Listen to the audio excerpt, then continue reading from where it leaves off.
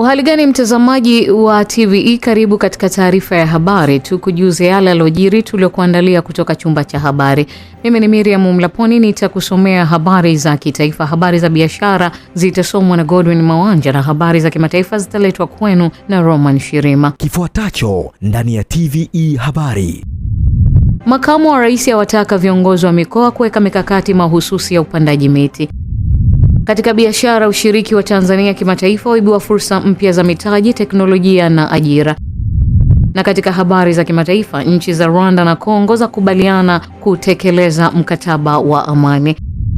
Karibu mtazamaji wa TVE na moja kwa moja tuanzie kwa makamu wa Rais wa Jamhuri ya Muungano wa Tanzania Balozi Dr. Emmanuel Nchimbi ameelekeza uongozi wa mikoa yote nchini kuhakikisha jitihada za upandaji miti zinaendelezwa kwa kuweka mkakati mahususi unaojumuisha makundi yote katika jamii na kuzingatia ekolojia ya maeneo husika, ikiwa ni pamoja na kuzuia uvamizi na uharibifu wa maeneo yote ya hifadhi ya misitu. Taarifa zaidi tujiunge naye Mrisho Mapeo. Balozi Dr. Nchimbi ametoa maelekezo hayo wakati akifungua maadhimisho ya siku ya misitu duniani na siku ya upandaji miti kitaifa iliyofanyika mkoani Lindi Machi 19. Amesema ni muhimu kuhakikisha wananchi wanaoishi jirani na misitu ya asili na mashamba ya miti wanapatiwa elimu endelevu kuhusu matumizi bora ya ardhi, udhibiti wa uchomaji moto holela na usimamizi shirikishi wa misitu ya vijiji. Kama njia ya kuunga mkono jitihada za Mheshimiwa Rais, ninaelekeza uongozi wa mkoa wa Lindi na mikoa yote nchini kuhakikisha jitihada za upandaji miti zinaendelezwa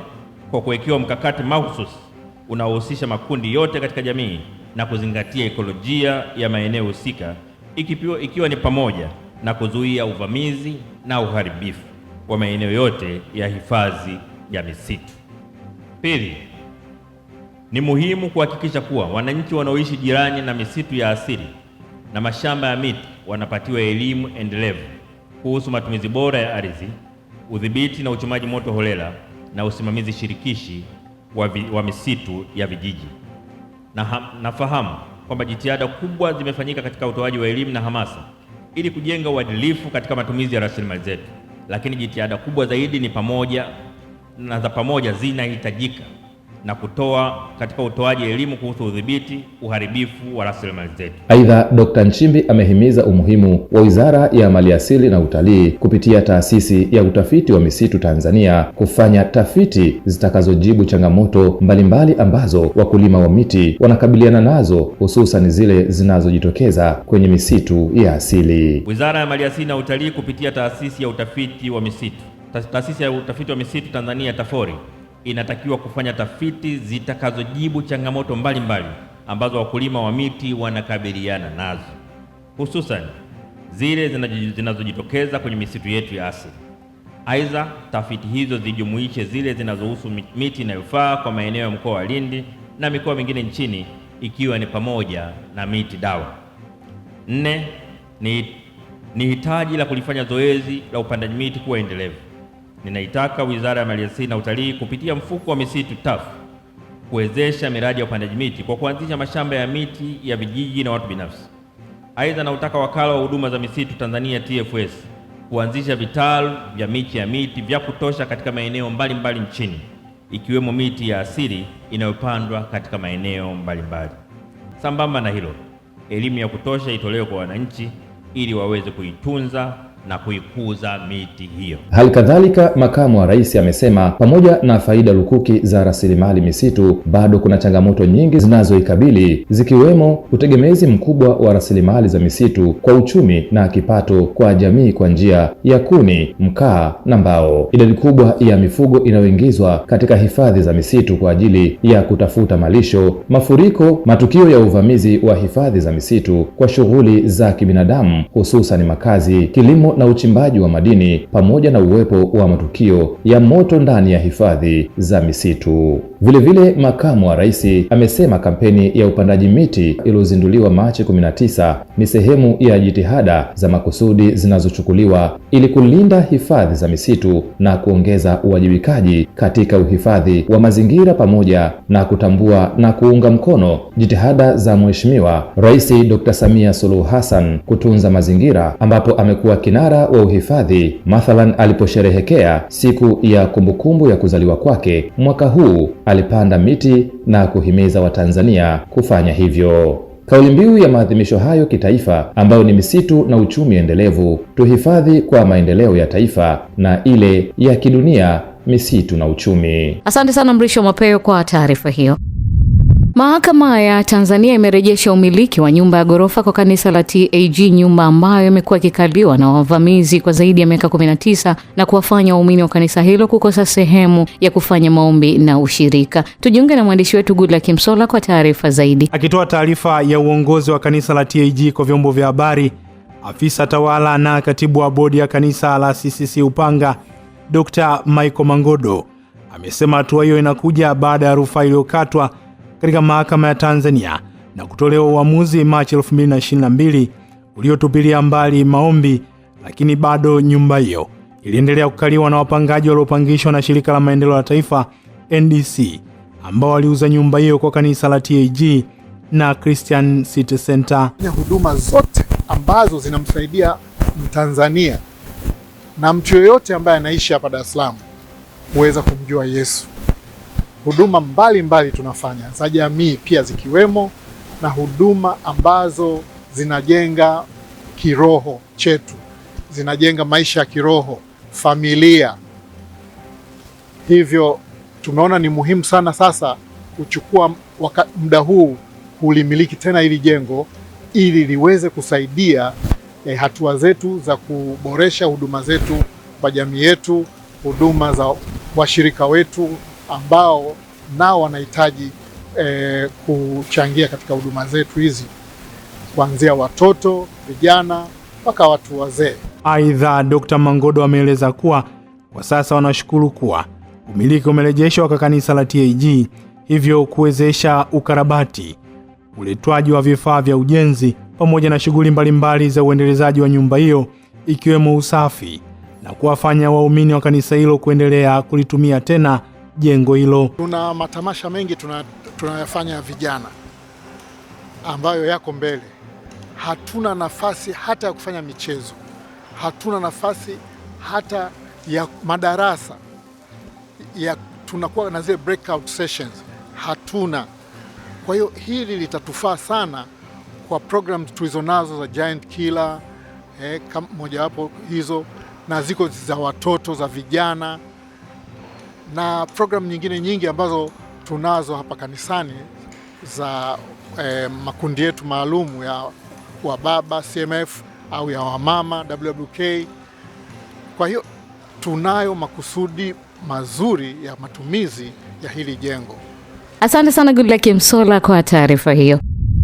Kamati ya kudumu ya Bunge ya Afya na Masuala ya Ukimwi imeitaka ofisi ya Waziri Mkuu, Sera, Bunge, Uratibu na wenye ulemavu kusaidia baraza la watu wanaoishi na maambukizi ya virusi vya ukimwi katika jiji la Dar es Salaam, Konga ya Jiji, kupata masoko ya bidhaa wanazozalisha ili kuwawezesha kujikwamua kiuchumi na kupunguza unyanyapaa katika jamii. Mwandishi wetu Recho Chacha ana undani wa taarifa hiyo. Akizungumza wakati wa ziara ya kutembelea konga hiyo iliyopo Pugu Mnadani jijini Dar es Salaam, mwenyekiti wa kamati hiyo Dr. Johannes Lukman amesema ni wajibu wa serikali kuhakikisha kundi hilo linawezeshwa kiuchumi. Aidha, amewahimiza wanaume kujitokeza kwa wingi kupima VVU na wale watakaobainika kuwa na maambukizi kujiunga na vikundi hivyo ili kuendeleza shughuli za kiuchumi. Sisi tumekuja kutekeleza wajibu wetu wa bunge kwa kushauri na kuelekeza serikali.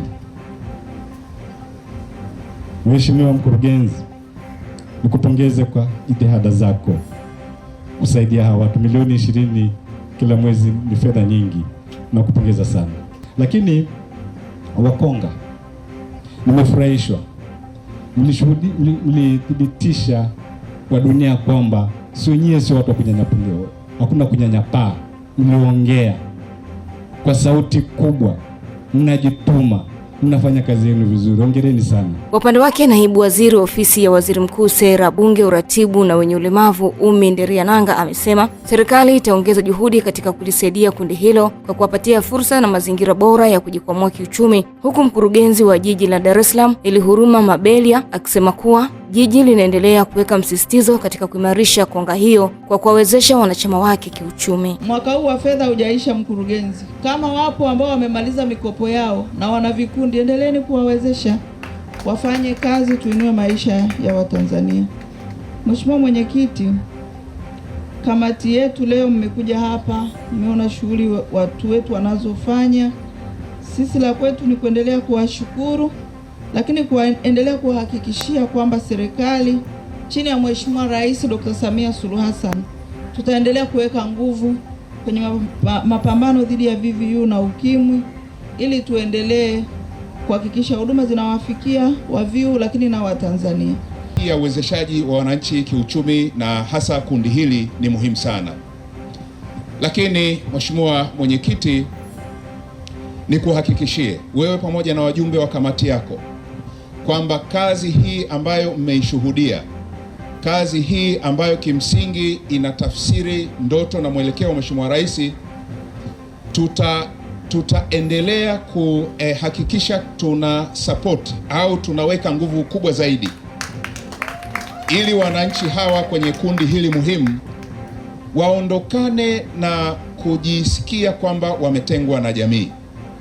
Tuhakikishe na tutahakikisha kwamba wananchi hawa kwenye kundi hili muhimu wanakuwa ni sehemu ya uendeshaji wa halmashauri kwa maana ya uchumi. Tunajua tunawezesha makundi mengine, lakini kundi hili kwetu ni muhimu sana. Waviu tumekuwa tukielimishana na kuhamasishana juu ya ufuasi mzuri wa dawa za ARVs pamoja na huduma mbalimbali za tiba na matunzo. Hadi sasa konga hii ina jumla ya wanachama 263, wanawake 151 na wanaume 112 ambao wamejiunga katika vikundi 22. Kati ya vikundi hivyo, vikundi 14 vyenye jumla ya wanachama 143, wanaume 21 na wanawake 122 vinajishughulisha na shughuli mbalimbali za kiuchumi ikiwemo kilimo na ujasiriamali. Asante sana Rachel Chacha kwa taarifa hiyo. Zaidi ya shilingi bilioni 800 zimetolewa kwa ajili ya kuendeleza miradi ya kijani inayolenga kuboresha na kustawisha mazingira, ikiwa ni utekelezaji wa malengo endelevu ya 13, 15 na 16 yanayolenga uhai, maji na mazingira kwa mustakabali wa maendeleo ya taifa. Goodluck Msolla ametuandalia taarifa zaidi. Akizungumza jijini Dar es Salaam wakati wa zoezi la kupanda miche 1000 ya miti ya mikoko katika hifadhi ya Mikoko Kondo Ununio, wilaya ya Kinondoni jijini Dar es Salaam, Christina Manyenye ambaye ni mkuu wa kitengo cha mahusiano na uhusiano endelevu kutoka benki ya KCB Tanzania amesema fedha zilizotolewa na benki hiyo zimesaidia utunzaji wa mazingira kupitia miradi ambayo imeendeleza ulinzi wa mazingira na kupunguza hewa ukaa. Tunataka kupinga tabia nchi mbaya, tunaleta tabia nchi nzuri, climate change action, na tunaleta ukulinda maji, vyanzo vya maji. Ukiangalia hapa ni vyanzo vya maji. Tukifanya hivi tutaleta tabia nchi nzuri na tutalinda vyanzo vya maji ambavyo sio tu kwamba vitasaidia hiyo tabia nchi, lakini pia vinasaidia na jamii ambayo inazunguka hapa. Ukiangalia hapa tulipo unakuta kuna wanawake wengi wako hapa, kuna vijana wengi wako hapa. Hawa wote wataenda kufaidika kwa namna moja ama nyingine na upandaji wetu wa miti hapa. Upande wake mwenyekiti wa taasisi ya Mikoko Foundation Orais Rafael amesema hatua ya kupanda mikoko hiyo ni matokeo ya uhusiano baina ya benki ya KCB na taasisi hiyo katika ulinzi wa mikoko, ikiwa ni sehemu ya maadhimisho ya siku ya kimataifa ya mazingira na siku ya kimataifa ya maji, ambapo siku ya kimataifa ya misitu inaadhimishwa kila ifikapo Machi 21. Kwa kiasi kikubwa naweza nikasema kwamba tuungane pamoja. Mkono mmoja hauwezi kuleta mabadiliko, bali mkono zaidi ya mmoja huleta mabadiliko yaliyo bora na mabadiliko ambayo yatatupeleka sehemu ambayo tunahitaji. Kwa maana hiyo siku hii ambayo tunaielekea siku ya misitu duniani pamoja na siku ya maji duniani ni siku ambazo zinatukumbusha ya kwamba msitu unaweza ukaishi bila binadamu, lakini binadamu hawezi kuishi bila msitu. Hilo tulikumbuke sana. Lakini pia maji yanaweza kaishi bila mwanadamu, ila mwanadamu hawezi kuishi bila maji. Naye kaimu mwenyekiti wa serikali ya mtaa wa Kondo, Salmini Ramadhan, ameshukuru kutokana na zoezi hilo kufika katika eneo hilo la Kondo, akisema itasaidia kulinda hali ya uhifadhi wa mikoko katika eneo la Kondo Ununio Kunduchi jijini Dar es Salaam. Miti ya mikoko ni miti ambayo kwa namna moja ama nyingine ni nguvu kazi ya uoto wa asili ambayo kwa namna moja nyingine changia pia uvutaji wa hewa nzuri ambayo tunaipata sisi binadamu katika mazingira yetu. Kwa hiyo tunashukuru sana KCB Bank kwa kushirikiana na Foundation, Mikoko Foundation kwa kuletea zoezi hili. Tulitamani muda mrefu sana jambo hili lifanyike, na pia naona kwamba kwa kuwa tulitamani, leo hii Mwenyezi Mungu ametujalia imefika katika mtaa wetu. Sisi hatuna mengi zaidi ya kuwashukuru KCB Bank na Mikoko Foundation kwa kuweza kuleta zoezi hili katika mtaa wetu wa Kondo. Hata hivyo, kwa mujibu wa wataalamu, eneo hilo la ufukwe wa Ununio linahitaji kupandwa mikoko zaidi ya 15,000 ili kulinda na kurejesha hali ya kama kawaida ilivyokuwa zamani. Licha ya kwamba mikoko iliyopo katika eneo hilo inachangia kwa kiasi kikubwa katika kupunguza hewa ukaa. Asante sana Goodluck Msolla kwa taarifa hiyo. Mwenyekiti wa kamati ya kudumu ya bunge ya mambo ya nje, ulinzi na usalama, Najma Murtaza Giga, na wajumbe wa kamati hiyo wamempongeza Rais wa Jamhuri ya Muungano wa Tanzania Daktari Samia Suluhu Hassan kwa mageuzi anayoendelea kuyafanya kwenye vyombo vya ulinzi na usalama, ikiwapo jeshi la zimamoto na uokoaji. Recho Chacha ametuandalia taarifa zaidi. Wametoa maoni hayo wakati wa ziara katika kituo cha zimamoto na uokoaji mkoani Morogoro, ambapo jumla ya shilingi milioni 299 zimetumika kufanya marekebisho ya jengo la kituo cha zimamoto mkoani humo. Hatuna budi sisi tukiwa Tanzania wote, maana wote hapa si Tanzania, kuipongeza serikali ya awamu ya 6 ambayo inaongozwa na Rais Samia Suluhu Hassan. Kila tukitizama, kila tunapozidi kukagua miradi, tunagundua kwamba majeshi yote yaliyokuwa chini ya Wizara ya Mambo ya Ndani, Mheshimiwa Rais anayathamini na kuona umuhimu wa kuboresha. Kwa kweli wanastahili pongezi serikali, lakini na nyinyi wenyewe watu wa zimamoto, jeshi la zimamoto na uokoaji, mnastahili pongezi. Na kamati hii iko tayari kusaidiana na Mheshimiwa Rais katika dhamira yake njema ya kuhakikisha kwamba majeshi yote ya nchi hii yanaimarika na kufanya kazi kwa ubora wake. Tuwe kwa kweli, ukiangalia trend inapokwenda katika wizara hii ya mambo ya ndani, kama alivyosema mamangu mwenyekiti wetu wa UWT Mama Chatanda na mjumbe mwenzangu, tuwe honest, huyu Mama Samia anastahili kupongezwa. Honest. Kipindi hiki cha Dr. Samia ndio tumeona kwamba magari ya kisasa yanaweza kutumika kwenye mikoa yote nchini Tanzania, jambo ambalo huko nyuma ilikuwa ni changamoto. Kwa bahati nzuri mimi nimefanya kazi kama mkuu wa wilaya takriban 10, na natambua ipo mikoa ambayo kwa wakati wa nyuma hata magari ya zimamoto walikuwa hawana. Kwa hiyo walikuwa wanalazimika kuazima magari kwenye makampuni binafsi ili kuweza kusekiwa hali ya usalama katika hiyo mikoa. Lakini sasa hivi tunapozungumza, Mheshimiwa Mwenyekiti, hakuna mkoa ambao hauna gari la kisasa la zimamoto na uokoaji. Akizungumza wakati wa ziara hiyo, kamishna wa utawala na fedha wa jeshi la zimamoto na uokoaji Mbaraka Semwanza amesema serikali inategemea kujenga vituo vya kuchukulia maji wakati wa dharura katika maeneo mbalimbali nchini, huku kaimu kamanda wa jeshi hilo mkoa wa Morogoro, mrakibu mwandamizi wa zimamoto Shabani Marugujo, akifafanua zaidi mradi huo uliotembelewa na kamati ya bunge. Tuna milioni 500 kwa ajili ya hizo fire hydrants. Mwaka ujao wa fedha pia tumetenga 800 kwa ajili ya hizo fire hydrants, kwa sababu sisi ndio tutendea kazi. Fire hydrants ndio tutendea kazi, lakini hata kwenye haya magari ambayo tunaagiza kuna water hoses ambazo zitakuwa zinasaidia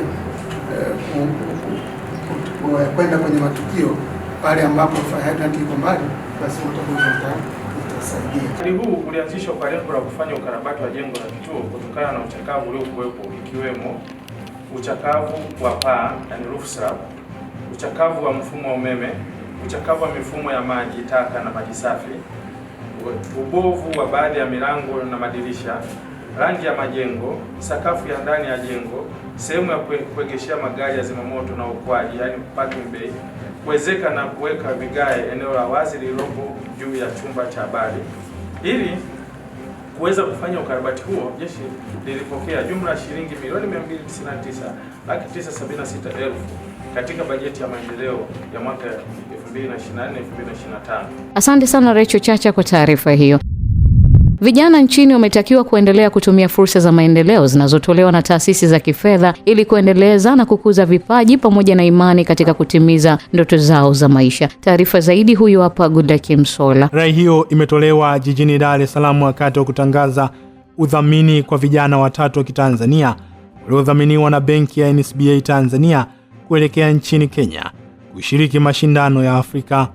Akizungumza, mkurugenzi mtendaji wa benki ya NSBA Tanzania Alex Mzilai amesema benki hiyo ina dhamira ya kusaidia makundi ya vijana wa Kitanzania katika kutimiza ndoto zao kwa kukuza maendeleo yao na kuwapa mikopo, mashine pamoja na magari ya biashara pamoja na mikopo isiyokuwa na riba ili kuendeleza kundi hilo ambalo lina ushawishi wa kiasi kikubwa kwa taifa la Tanzania. Ni ndoto gani ambazo tunawasaidia vijana?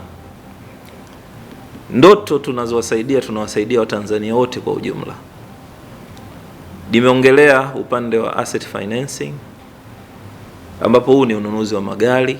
Kama mtu ana biashara yake ambayo inahitaji mabasi, inahitaji maroli ya mafuta, inahitaji mashine za kuchimbia madini, tunatoa support kwa upande huo. Tunatoa support kwa upande wa insurance, tunatoa support kwa upande wa mikopo isiyokuwa na riba. Aidha, Mzilai amesema malengo mengine ya benki hiyo ni kuendeleza vipaji na vipawa vya vijana wa Kitanzania hususan katika sekta ya michezo kwa kuwasaidia kupata mafunzo na vifaa ambavyo vitawezesha kutimiza ndoto zao. Tulipoamua kuunga mkono mchezo huu wa gofu kwa vijana, hatukuangalia vifaa peke yake. Tuliona kitu kikubwa zaidi kinachohitajika ni kuwekeza katika vipaji vya hawa vijana, ni kuwekeza katika ndoto za hawa vijana, kwa sababu kila kijana ana ndoto na kila ndoto inastahili kupewa nafasi. Asante sana Goodluck Msolla kwa taarifa hiyo. Taasisi ya kuzuia na kupambana na rushwa TAKUKURU mkoa wa Singida imewashukuru wadau kwa ushirikiano wanaoendelea kuutoa na kufanya kazi yao kwa urahisi. Amini Nyaungo na tuarifu zaidi. Hayo ameyasema Petro Olombe, kaimu mkuu wa TAKUKURU mkoa wa Singida, ya kuwa ushirikiano unaopata kutoka kwa wakazi wa Singida unafanya kazi zao ziwe rahisi na mafanikio katika kupambana na rushwa. Kuwashukuru viongozi na wadau wote kwa ushirikiano mzuri mnaotupatia katika utendaji kazi wetu.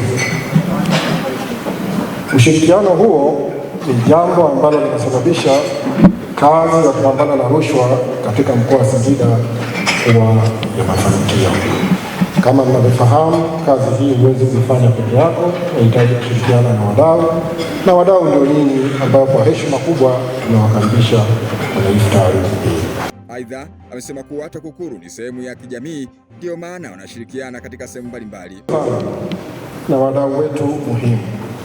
Tunapenda mtambue kuwa pamoja na majukumu hayo, sisi watumishi wa TAKUKURU ni sehemu ya jamii na tunaishi katika jamii, na ndio maana wakati mwingine mmekuwa mkituona tukitoa misaada mbalimbali kwenye jamii yetu, hususan katika mkoa wetu wa Singida.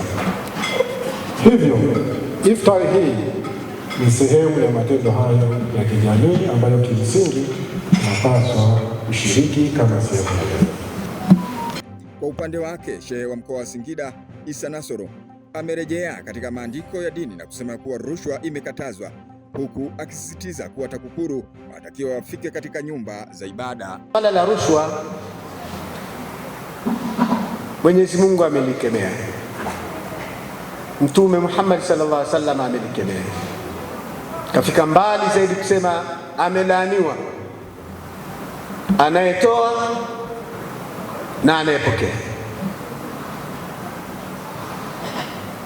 Kila anayetoa ajitambue yuko katika laana za Mwenyezi Mungu, na anayepokea ajitambue kwamba yuko kwenye laana za Mwenyezi Mungu. niwaombe TAKUKURU wasisite kuzitazama taasisi zetu za dini na kututazama sisi pia viongozi wa dini ambao sasa katika jamii zetu ilikuwa ni vikwazo kikubwa katika jamii. Badala ya kuhimiza kuzuia watu wasitoe rushwa, wasipokee rushwa, tumekwenda mbali zaidi. Hata sisi viongozi wa dini tumekuwa ni wenye kujihusisha katika masuala ya rushwa. Asante sana Amini Nyaungo kwa taarifa hiyo.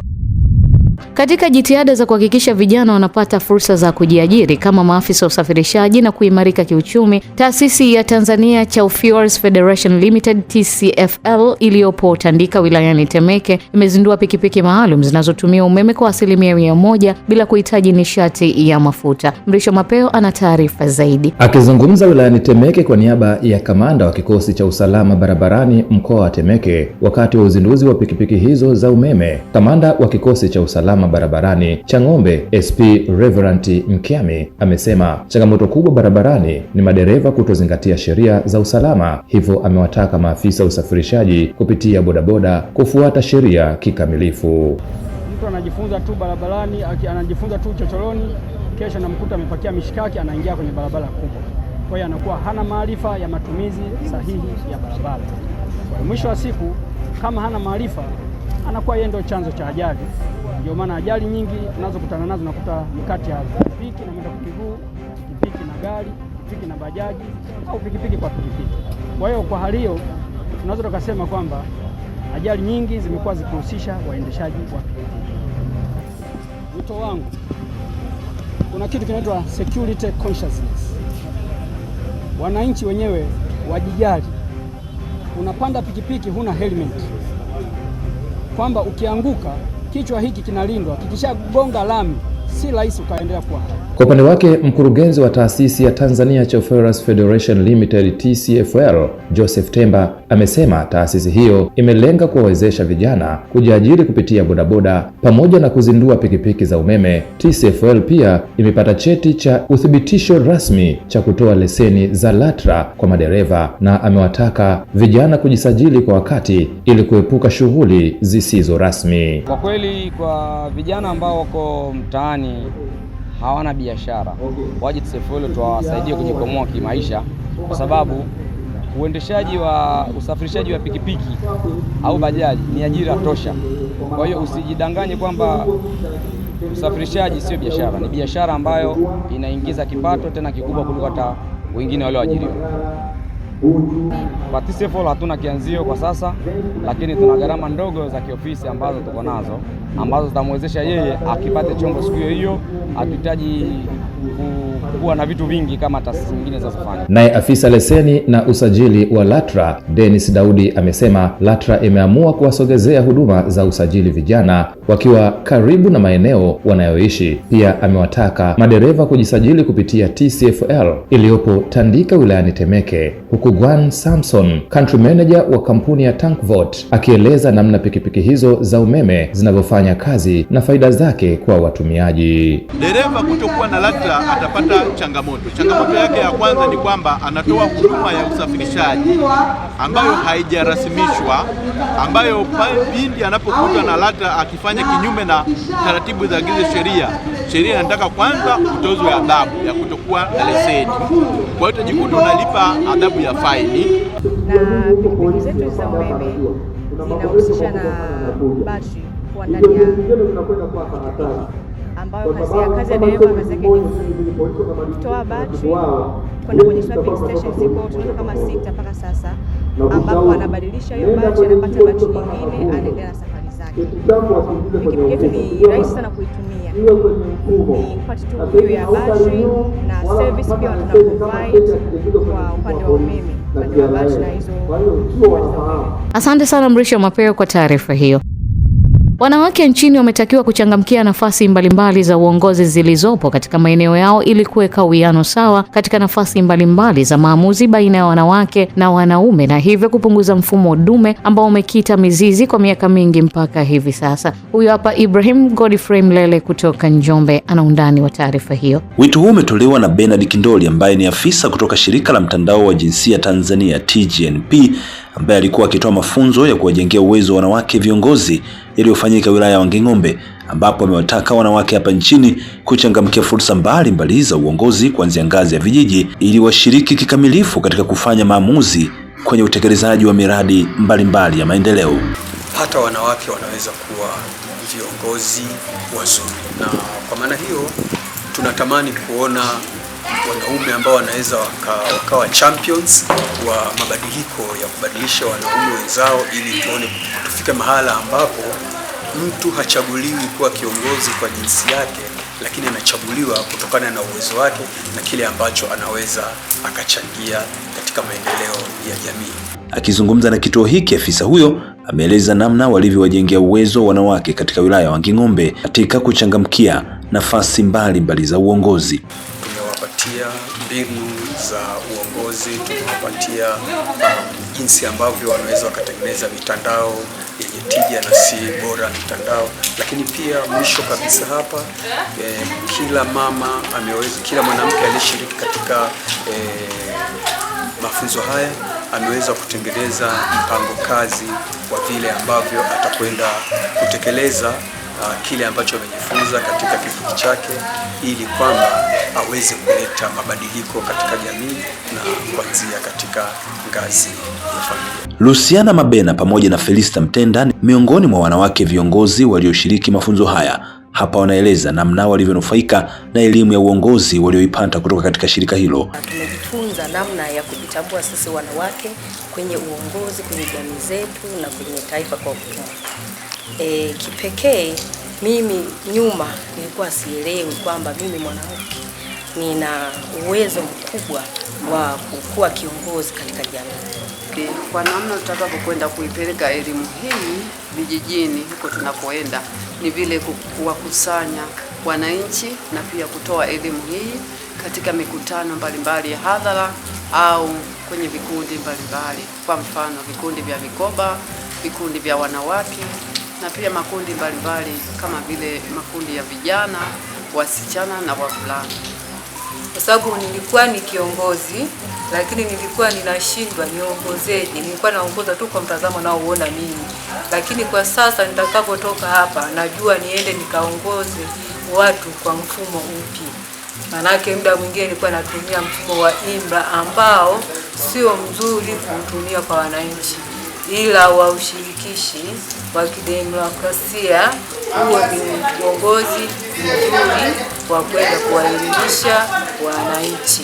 Kwa miaka mingi serikali imekuwa ikipambana kikamilifu kwa kushirikiana na mashirika yasiyo ya kiserikali ikiwemo shirika la mtandao wa jinsia Tanzania TGNP ili kuhakikisha wanawake wanaingia katika nafasi mbalimbali za uongozi na kushiriki kikamilifu katika kufanya maamuzi katika maendeleo ya taifa. Kutoka hapa wilayani Wanging'ombe mkoani Njombe, TVE Habari, mimi ni Ibrahim Godfrey Mlele. Asante sana Ibrahim Mlele kwa taarifa hiyo. Mtazamaji, hii ni taarifa ya habari. Mimi ni Miriam Mlaponi. Tupate mapumziko mafupi kisha tutaendelea na taarifa ya habari.